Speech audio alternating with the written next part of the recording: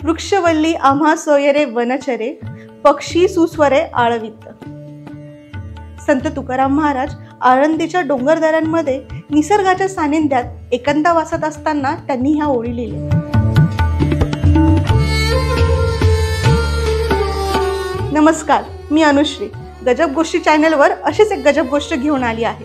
आपण आज ज्या व्यक्तीबद्दल माहिती घेणार आहोत त्याला सुद्धा निसर्गाचे आत्मज्ञान झाले असावे, म्हणूनच आजचा हा व्हिडिओ। 124 एकर जमिनीचे रूपांतर मधमाशा अभयारण्यात करणारा मॉर्गन फ्रीमन तुम्हाला माहिती आहे का? थांबा, मी आहे ना, मी सांगते। मॉर्गन फ्रीमन हा हॉलिवूडचा नावाजलेला अभिनेता। त्याने त्याच्या अभिनयाने हॉलिवूडच्या चित्रपटामध्ये आपल्या नावाचा डंका वाजवला। मॉर्गन फ्रीमन हा नट जरी असला तरी त्याचा विश्वास साधी राहणीमान आणि उच्च विचारसरणीवर आहे।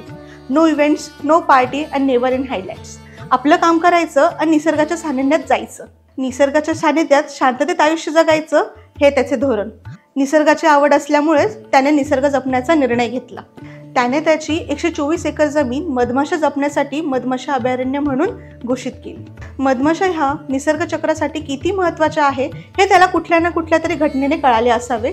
तो बघत होता कशा प्रकारे शहरे वाढत आहे, मोठ्या कंपनी शेतजमिनी विकत घेत आहे, झाडे, जंगल, डोंगरदऱ्या नष्ट होत आहेत।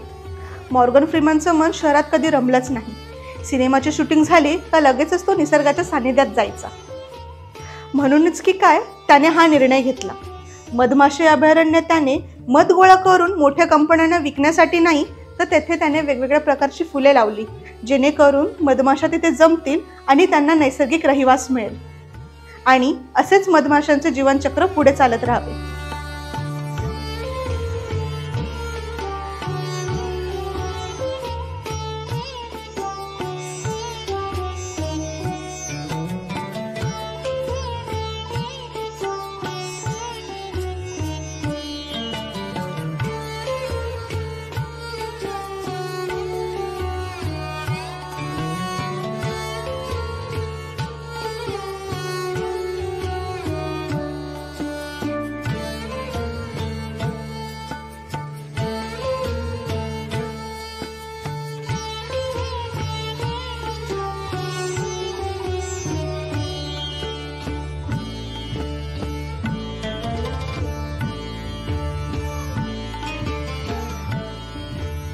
अशाच गजब गोष्टी ऐकण्यासाठी आमच्या चॅनलला लाईक करा, सबस्क्राईब करा आणि शेअर करा।